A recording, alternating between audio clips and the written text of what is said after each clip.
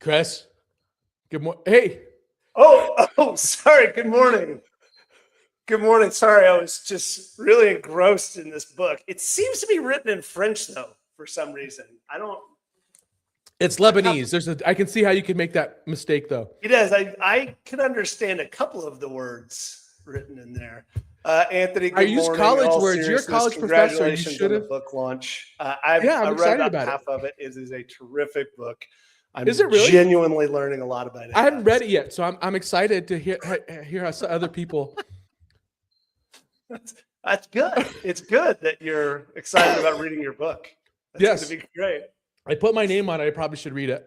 Probably should. Yeah, at some point, just to make sure that you know what you supposedly wrote. Right. I am a How to Founder best-selling author now. That's only until Stephanie decides she wants to write a book. Exactly right. Yeah, exactly right. She's gonna take all of us. Anthony, really good. I really used to hate facial hair, but it grew on me. Oh. All right, I guess that's a cue for my joke. Excuse me. What do you call a factory that makes mediocre products? I don't know, Anthony. What do you call a factory that makes mediocre products? A satisfactory.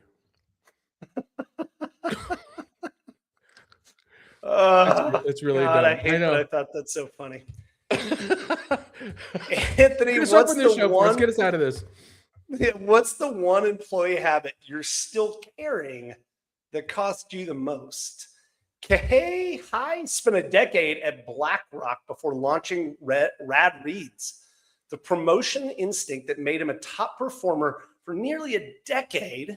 Torpedoed his first year as a founder. Today on How to Founder, Anthony, we're talking about unlearning your employee thinking. I'm your host, Mr. Chris Franks. With me today is the best-selling author, Mr. Anthony Franco.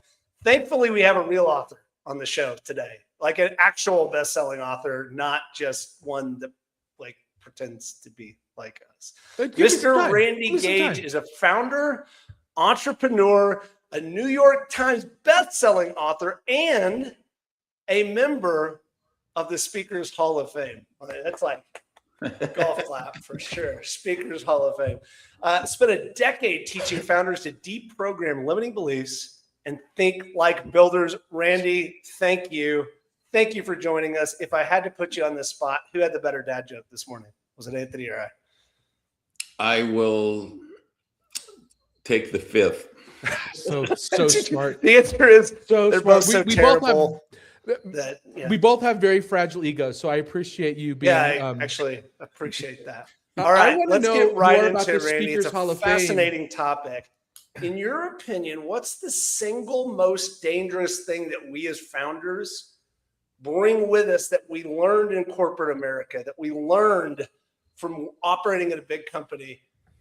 Single most dangerous thing we bring with us as we start our first company? It might be the thing that jumps in my mind. It might be the belief that people are telling us the truth. We come from a corporate environment sometimes where people work for you and they get paid to tell you your ideas are brilliant. Unfortunately, that shouldn't be the culture, but it is the culture in a lot of companies, right? Like, I can tell you, I have an entrepreneurial coaching program at the high level. Most of the people who join because I'm the only person who will tell them when their stupid idea is stupid.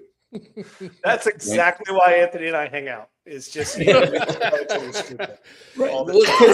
It's just natural.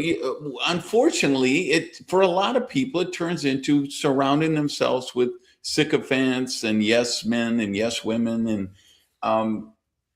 when you go on your own, you got to remember, okay, no, I'm in the real world now. If I don't make this work, I don't eat. The corporate world, you mess up, you still get a paycheck most of the time for a long time. In our world, it's a different thing. You can lose it all because you lose touch with reality. So I think the big change we want to make when we go from employee to entrepreneur is we want to surround ourselves with people who will tell us when our stupid idea is stupid, coming from highest good, coming from love, coming from, hey, I'm not here to tear you down. I'm not here to water down your dream, but I'm here to say, if we take this course of action, it could result in this, which could lose us the whole company, and then everybody's out of a job. It reminds me of some research by Paula Caprani, PhD out of University of Michigan, who talks about finding a loving critic, somebody who's loving and actually cares about you, but is willing to actually be a critic of you and your business. And Anthony, I think in my experience, probably both of our experience, people, when you get into this startup world, they don't want to tell you your baby's ugly. We've talked about it before, almost this allergic reaction to compliments. Like people going, hey, your idea is really good. You're like, no, I'm trying to sort through the tension of something that Randy said. So we need to be more rooted in reality, in what's real and what's true when it comes to certain things, but also completely devoid and delusional of reality in order to get started in the first place. The odds are stacked against us, right? Like entrepreneurs, 99% of us fail. 100% what you say about the tension in that, Anthony. Yeah. Because for Elon Musk to say, we're going to go to Mars, I'm going to have cargo delivered on Mars by 2018. Now we're 2026, and his latest tweet is moon first. Okay, now knowing what I know and some of the people I know, I do know there were people in his inner circle who said, Elon, we can't just hop to Mars. We should go to the moon first, build a base. I think he's kind of established a pattern of when people tell him things he doesn't want to hear, he sometimes just looks them in the eye and says, you're fired. Where he might do better if he said, wow, that's very contrarian to what I was thinking. Can you talk about that more?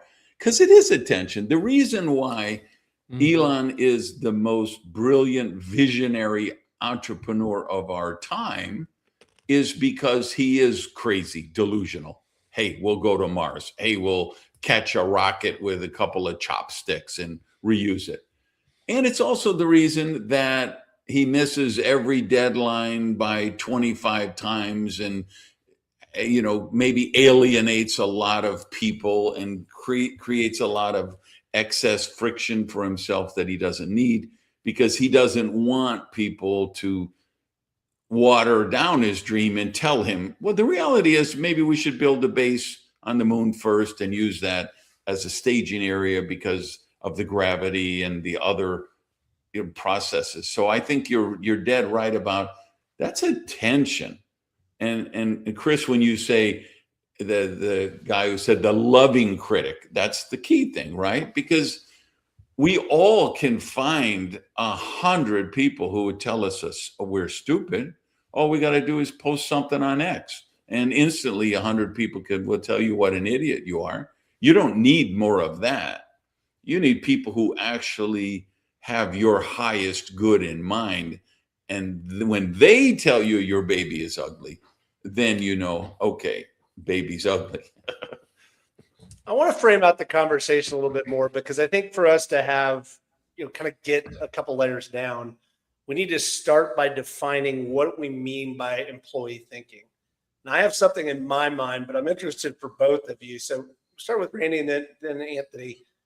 When I say employee thinking, what triggers for you? Personal security, job security, protecting my paycheck, keeping my head below the cubicle, the tall, in Australia, they call it the tall poppy syndrome, meaning the tallest flower is the first one that gets cut.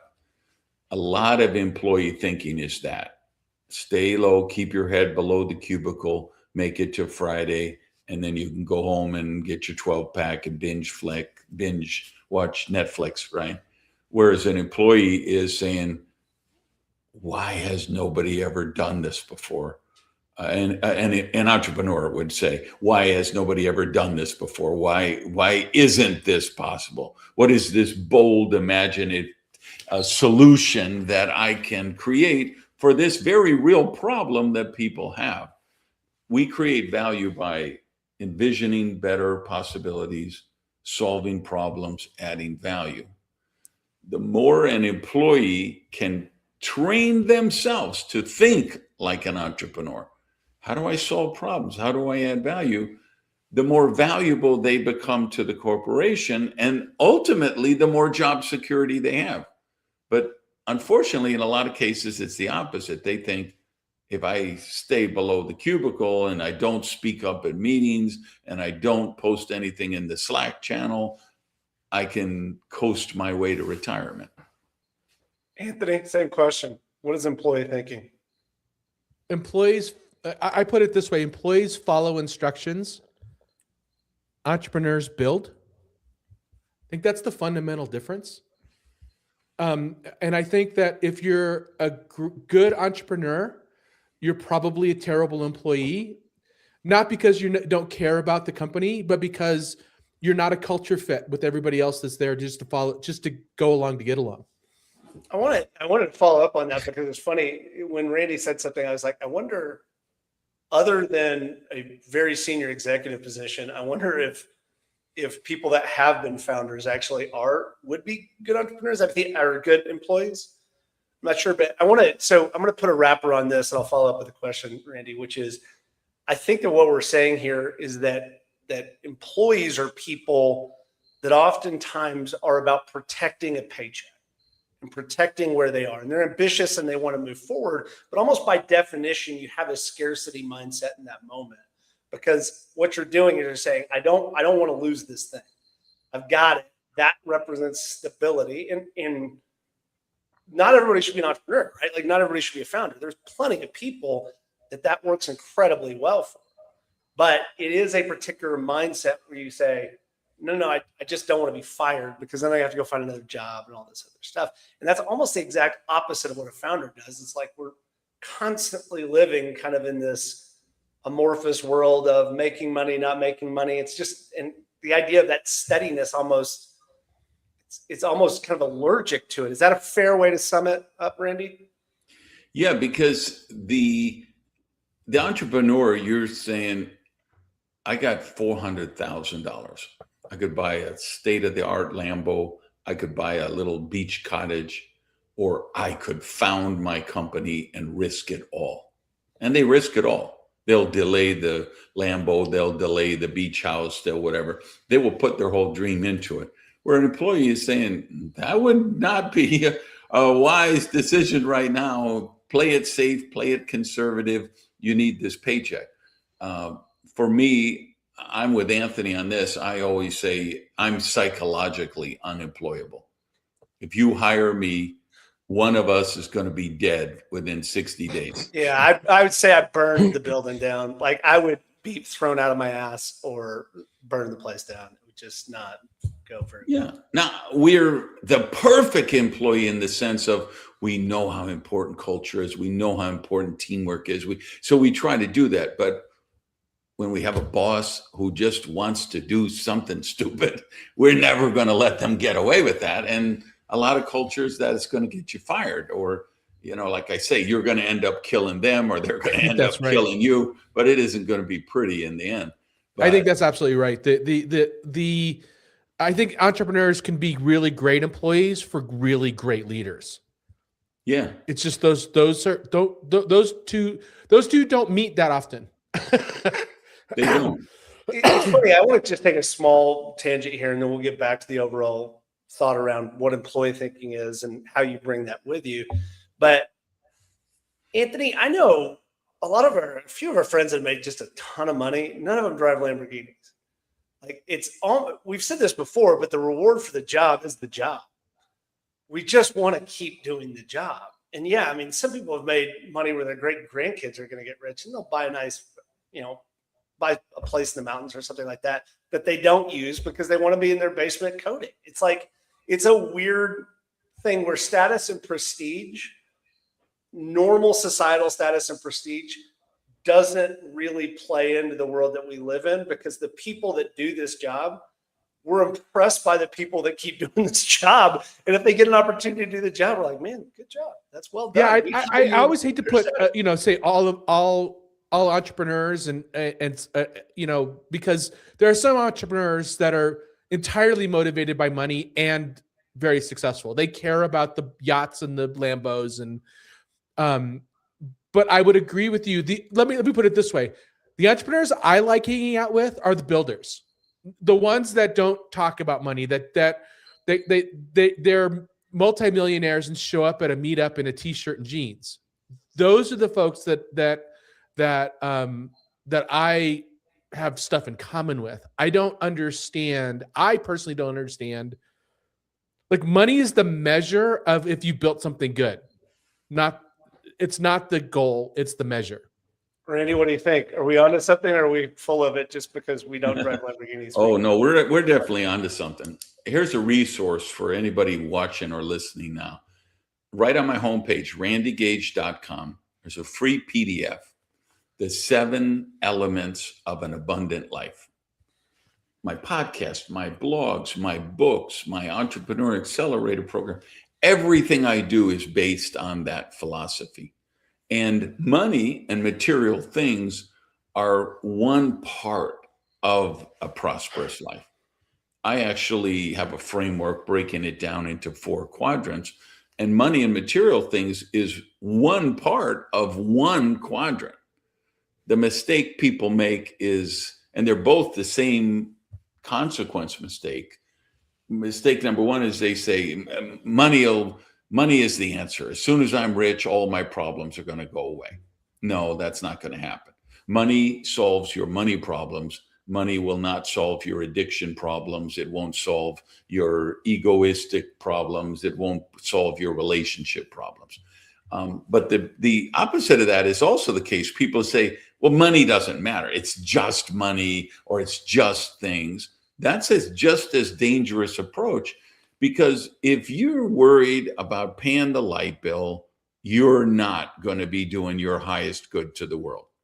If you can't afford a home where your kids can play in the yard without worrying about a drive-by shooting or getting kidnapped, you're not going to live a prosperous life. If you can't get the medical care you need, or the dental care you need, or the peace of mind of security, you're no good to anybody, right? Because there's a reason why you hear psychologists say, make sure you're getting your own needs met. Only then can you help other people. It's the same whether, entrepreneurs, we forget sometimes entrepreneurs are humans too. And we have human needs that need to be met if we want to really make a difference and dent the universe, as Steve Jobs liked to say. I like the idea. This is the classic put your mask on before helping somebody else put their mask on. We've talked about this employee mindset, and employee mindset, the first component we discussed was this idea of risk and how we take risk. And I do think it's probably the foundational thing that makes founders different than employees. But I want to get a step beyond that, which is you've taken this step. You've got beyond that risk factor, but you've worked in a big company your entire life. Now you're starting a company. You have 2 people. You've worked in a company with 2,000 people. What are some of those triggers, those dangerous components of either management or leadership or culture that you may inadvertently bring with you to your startup, Randy? You will build overhead too fast. Overhead is so easy to add. It's so hard to cut back on. So you say, okay, well, of course we have to have a CTO, and we've got to have an HR director, and we've got to have a CFO, and we've got to have this, and they each need an office, and they each need a laptop, and they each need an expense account, an insurance plan, payroll deductions, Roth IRA. All of a sudden, you got thousands of little baby birds chirping, chirping, chirping. Mommy, mommy, mommy, I need the worm. And you have to be the one putting the worm in the mouth of all those beaks. And then you realize, man, I'm screwed. I got to a point early on in my speaking career where I realized I have all these hungry birds. I need $125,000 a month to break even in sales. And I thought, if I just kept my personal assistant and paid her $80,000 a month, which would have been like a CEO salary in those days, because I'm talking back 30 years ago, almost, right? I was still the rainmaker. I realized I didn't need all those people. And so that was kind of there was a come to Jesus meeting for me where at one point, so I sold one of my divisions and I said, no, I'm going to create a lifestyle business. I want a business I can run from a laptop under a palm tree in Fiji or sitting on the Champs-Élysées in Paris, people watching. And you start to filter it through lifestyle. So, but that's kind of my personal rant. But getting back to the meat of your question is, it's adding overhead too fast, because in that big company, there is a department for everything. There is 15 employees for every function. And you can't get away with that when you're a startup. You got to be lean and clean and a little bit mean. Anthony, this reminds me of when people hire a CFO and there's 4 people. You're like, do you need a CFO? Do you? If you're fundraising, maybe, but other than that, probably not. I have No, to say, same question, I'll work Anthony. with What do you think that people bring with them that are dangerous? I like the idea of overbuilding. I think it's classic.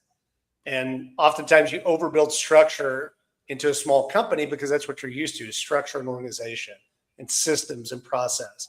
And you realize that either A, systems and process actually start to dampen creativity, or B, you just spent a bunch of time building system and process that you're going to have to throw out because it doesn't work for your business. Yeah. So the thing that popped into my head. So Randy talked about, the way you think about the systems as you bring them in. The thing that popped in my head is related to something else that Randy said, which is, and related to what you said about risk. So I don't think of it as risk. I don't think of risk in the same way. It's the ability to. So I think the dangerous thing is not that you bring over, is your identity. You may have a certain status or a certain way of operating so that you don't look like a fool, which is how normal people operate. If you come into a company and you're the founder, you have to be willing to do the things that you weren't normally willing to do because you didn't want to look foolish. You have to be willing to look foolish.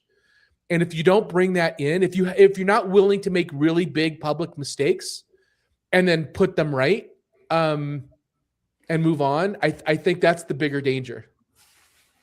Randy, I think it's a really interesting point, which is in this corporate hierarchy. And also, I kind of think that maybe this is the reason why there's a bias for younger people starting companies, is that as you get further up a corporate ladder, so to speak, there's more of this idea of structural power or authority and some of the benefits that go with that. Part of that's exactly what you said, is people aren't going to tell you the truth, right? Oh, you look great today, by the way. That's, terrific haircut. But you have to inverse that. You have to reverse that idea that you're actually the one at the bottom if you're starting a company. Does that resonate with you, Randy? Yeah, like today, I'm writing books about prosperity and how they develop prosperity consciousness. And I'm telling them, life is too short to fly economy. Life is too short to choose your hotel room by the oceanfront versus the dumpster view. Take the oceanfront. Buy the condo in the higher floor with the better view, right? But understand, when I started my business, I was the guy in row 35, middle seat between two 250-pound guys across from the lab. And I'd put 1 million miles on my account before I could afford to fly first class or private. You do what you got to do to start, because if you don't meet the payroll, you go out of business. That's the law of the jungle. So you've got to be mindful. You've got to be prudent. But what you want to do is to invest in yourself, invest in the growth. When I first started being a speaker, I was doing public seminars. Now, I didn't know you're supposed to lose money for a while, I just knew if I didn't have money to eat, I couldn't eat. So I launched my business. I did $330,000 my first year. I lived on like $7,000. The next year I did 600 and something, and I lived probably on $25,000. And then my third year I broke $1 million. And that's when I started like paying myself an actual salary every week that came in a paycheck, and started having an insurance program for my health care and, that kind of stuff. You grow into it, but you've got to understand, you got to do what you got to do in the lean, hungry years. I had a hairstyling salon I owned, and when you own a salon, you do 60% of your sales on Friday and Saturday. That's when all the ladies do their wash and set. They're going out for the weekend. So my employees knew for a year, it's Friday, I'm giving you your paycheck, but you can't take it to the bank because there's not enough money there. Go to a check cashing store, a liquor store, a grocery store, or wait until Monday, because I need the Friday and Saturday sales to cover the paychecks, right? That's the way it is in the real startup world, right? You live with reality. You don't lose that dream, that vision of how I'm going to scale this thing and I'm going to do something amazing. It's such the an thing interesting... that resonated really quick. The thing that resonated that Randy said, I think it boils down to, you have to be willing to be uncomfortable for a while. And if you're not, don't do it. I think it really kind of gets to my next question, which is, so we've talked about risk. We've talked about the idea of status and some of these ideas about, are you willing to be uncomfortable? Are you willing to go through these moments of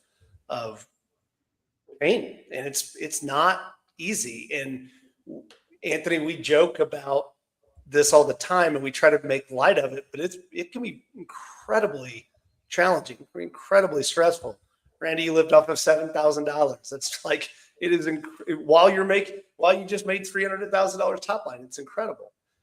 So I want to give you guys the opportunity, and maybe I'll frame it this way, which is, you have the opportunity to talk to somebody who's an employee and they say, I really want to go start a company.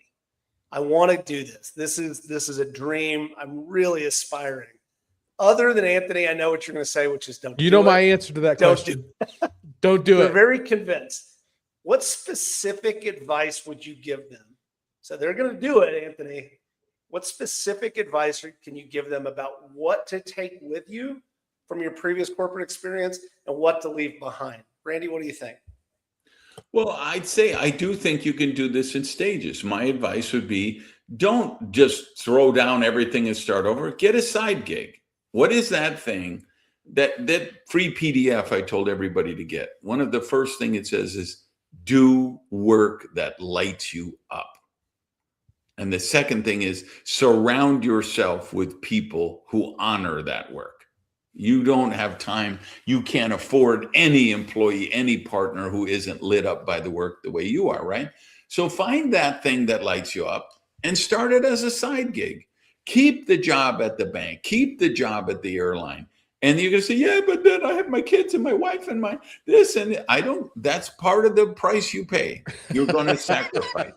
You're going to take you're going to find 5 hours, whether it's from 5 a.m. to 7 a.m. before the kids are up, whether it's 9 p.m. till midnight after they go to bed, whether it's whatever time, and you are going to make some trades, prioritize some things, but do that and build out the model, build out something, or some of people, you need to keep the job. You need to get a side gig, which isn't the thing you love. It's driving for Uber, it's delivering pizzas, it's DoorDash, it's whatever. And you need to be building the other thing in the spare hours, right? Life is a process of, forget life balance, life work balance. There is no such thing. We're all mindful of that. If your elderly parent gets sick, you're going to be totally out of balance for taking care of them. If you're launching a new company, you're going to be totally out of balance for launching your company. And you, as long as you're mindful about it and say, sometimes you got to make a deal with your family. Hey guys, I'm launching this new venture. I'm not going to be able to attend every sporting event, every dance recital, everything, but I need your help on this for 2 seasons, the next 6 months. And then at the end of this, we're all going to go as a family to Universal Studios for 5 days as a reward. Get them to buy into your dream, do it as a team, negotiate the parameters. And then you don't have to just because I get it, and I'm one of those entrepreneurs who sold my furniture and slept on the floor to keep my company going. At 30 years old, I did that. Okay. When you're 18, that's romantic. When you're 30 and your friends have minivans and houses and kids, it ain't romantic anymore. It just basically sucks. Right. But I'm willing to do that. Elon obviously was willing to do that. He took everything he made with PayPal and he bet it all on his future stuff. But you don't have to do that. You could do a side gig. You could keep some security and do it incrementally. And that might be the best path for some of the people. Anthony, same question. You're sitting across somebody, they're committed, they're in. What skills should they bring with them, and what skills and ideas should they leave behind? I have no notes for what Randy said. Yeah. It was the best answer to that question. No notes, perftly stated. And Randy, move to the next question. That's it. That's it. He's given anybody a compliment on this show, so congratulations. Well done. I want to hit on one other thing here, which is just if we're pressing on it.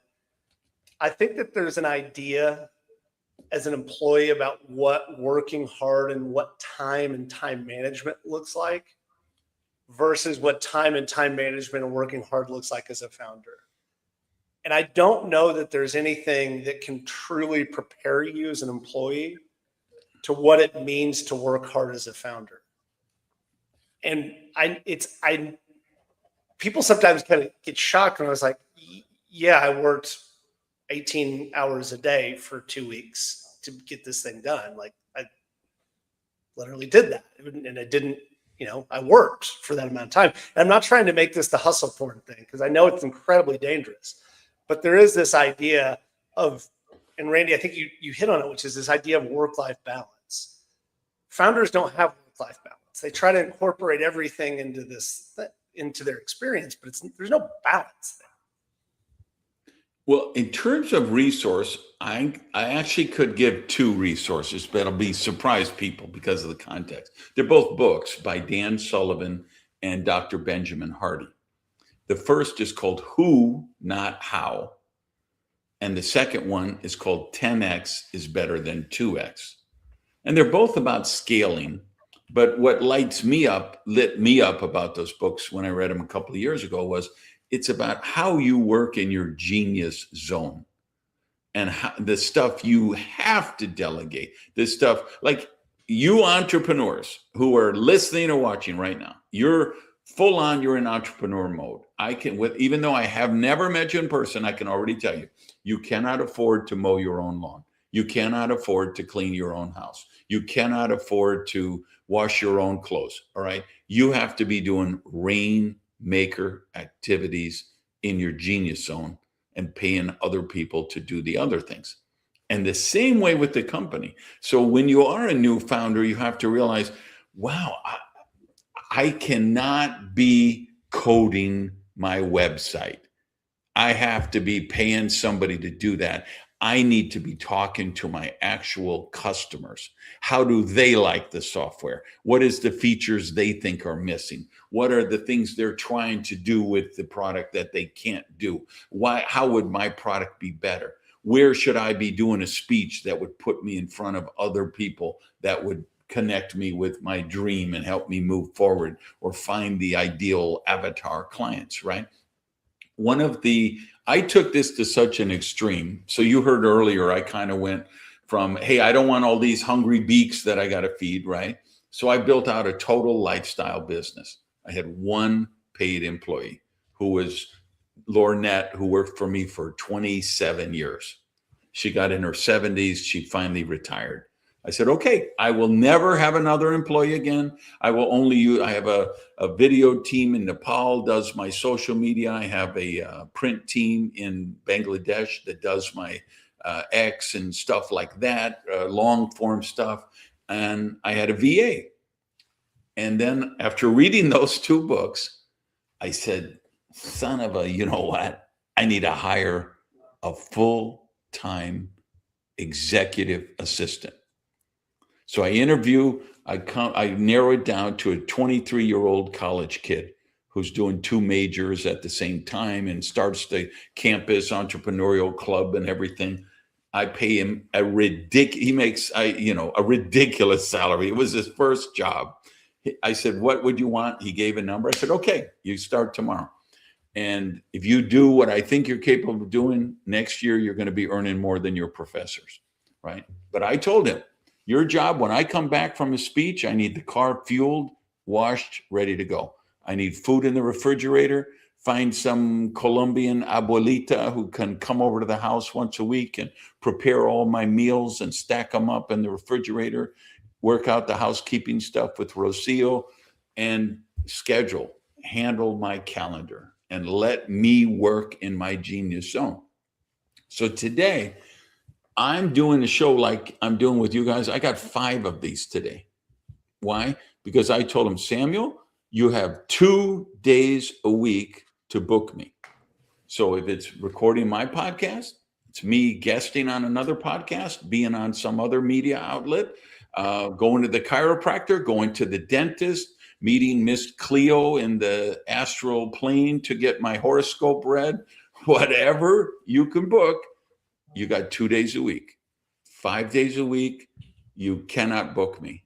I don't care which day. You can move them around because maybe if Joe Rogan calls and wants me on a podcast, okay, and he's doing it on a Wednesday, then you book everything on Wednesday, okay?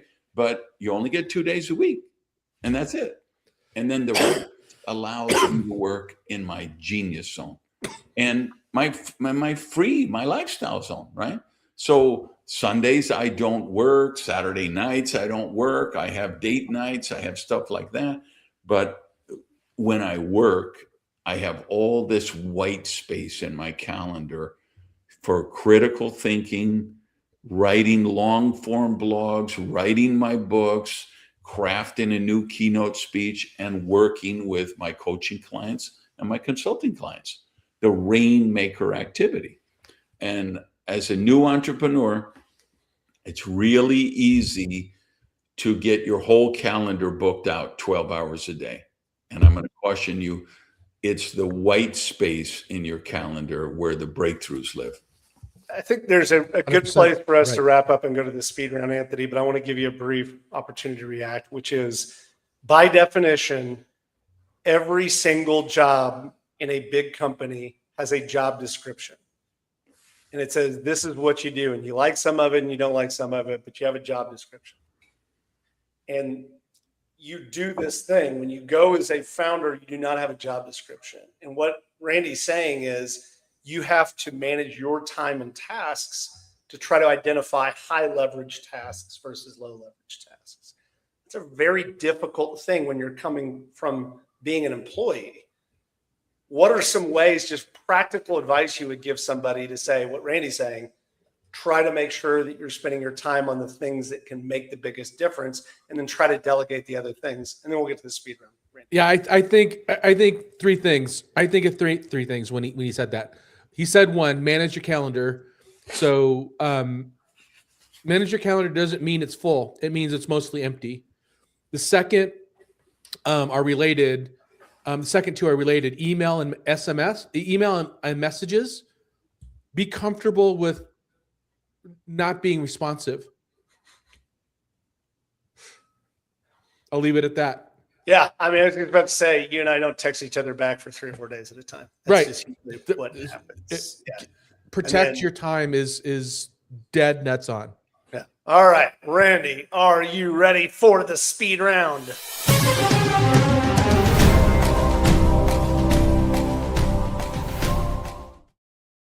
It was a hypothetical question. So I didn't wait for your response. I'm going to read a series of questions. Just answer the first thing that pops into your head. Your old boss offers double salary to come back. Do you take it? What the F are you smoking? What percentage of your employees' skills are actually worthless now? It gets more every day. My goal for this year is to hire 20 new employees who are AI agents. Founders who never had a real job, is that an advantage or a handicap? It's a handicap.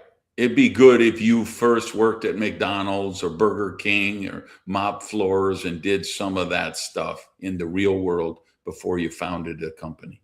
What's the one employee skill that you refuse to give back? Refuse to what? Give back. Give up.